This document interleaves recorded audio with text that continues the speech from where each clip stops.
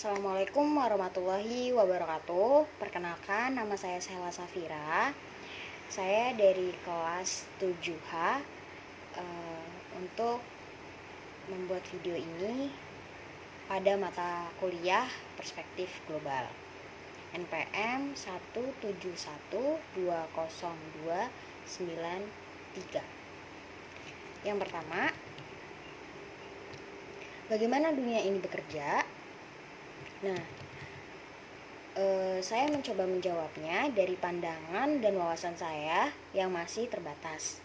Dunia bekerja bermuara pada suatu hal, kebutuhan akan uang. Untuk memahami cara bekerja dunia, kita harus memahami cara kerja uang yang meresapi kehidupan kita sampai titik terdalam. Ada pembunuhan perang, perampokan, korupsi, ketamakan, penindasan, kesewenangan, semua berakhir pada satu benda atau uang. Nah, uang diciptakan untuk mengganti sistem barter yang kadang kala tidak bisa diukur secara adil dan menyeluruh. Penciptaan uang sebenarnya bertujuan sangat baik dan komprehensif, namun pada perkembangannya dimanipulasi oleh sebagian orang atau kelompok yang kemudian menciptakan suatu sistem jahat yang sampai saat ini kita jalani dan tergantung ke depannya. Adalah keluarga Rothschild yang membentuk sistem abad 17 sampai 18.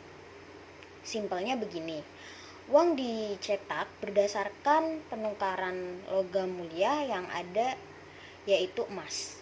Karena emas bukanlah benda yang gampang dibawa atau dipecah. Dibutuhkan satu benda fleksibel untuk menggantikan emas, kertas yang dilegalisir oleh bank. Nah, yang kedua, pemetaan negara sebelum tahun 1990 atau 1991.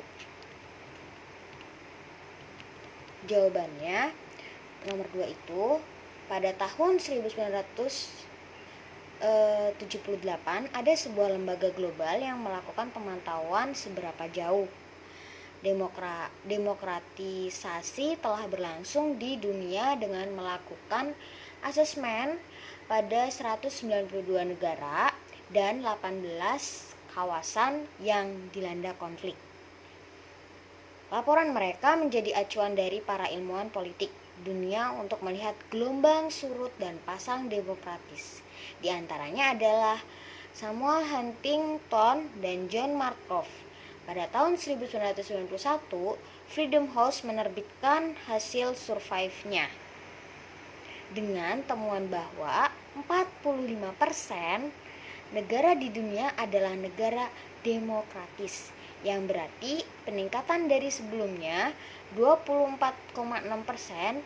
Freedom House mengembangkan pengukuran demokrasi dengan mempergunakan dua dimensi dari demokrasi, yaitu dimensi hak-hak politik yang terdiri dari kompetisi dan partisipasi, dan dimensi kebebasan sipil, di mana untuk masing-masing dimensi digunakan skala 1 sampai 7. Dengan dimensi tertinggi 1/1 dan dimensi terendah 7/7. Dengan rating 1 sampai 2,5 masuk kategori negara bebas, itu 65 negara. Nah, 3 sampai 5,5 masuk kategori negara bebas, itu 50 negara. 5,5 sampai 7 masuk kategori negara tidak bebas atau 50 negara. Nah, pertanyaan yang ketiga, bagaimana munculnya dolar dan IMF? Nah, di Indonesia seringkali orang tua menasihati anaknya agar mengumpulkan dolar Amerika Serikat atau US dollar sebagai sarana untuk mempertahankan nilai. Dari nasihat ini saja sudah terlihat bahwa dolar Amerika Serikat diakui sebagai mata uang dunia. Sejarah dolar Amerika Serikat sendiri dimulai sejak tahun 1913 di mana pertama kali The Fed atau Federal Reserve Bank didirikan. Tujuannya adalah untuk mengurangi ketidakpastian dan ketidakstabilan mata uang yang diterbitkan oleh bank pada zaman tersebut. Mata uang yang boleh dibilang sebagai mata uang dunia masa tersebut adalah British Pound Sterling. Walaupun pada kenyataannya nilai ekonomi Amerika Serikat sudah melebihi Inggris. Di zaman itu pula, mata uang negara maju masih dijamin dengan emas. Tetapi selepas Perang Dunia Pertama, banyak negara tidak lagi menjamin mata uangnya dengan emas agar bisa lebih banyak mencetak uang untuk membayar tentara mereka, yang pada akhirnya menurunkan nilai mata uang negara-negara tersebut.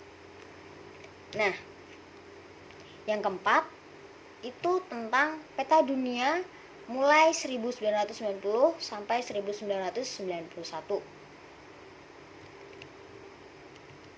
Pembahasannya itu salah satu negara yang akan hilang dari peta dunia yakni Jerman Timur. Negara ini pertama kali didirikan dari sebagian negara Jerman yang dikendalikan Uni Soviet setelah Perang Dunia Kedua. Nah, Jerman Timur.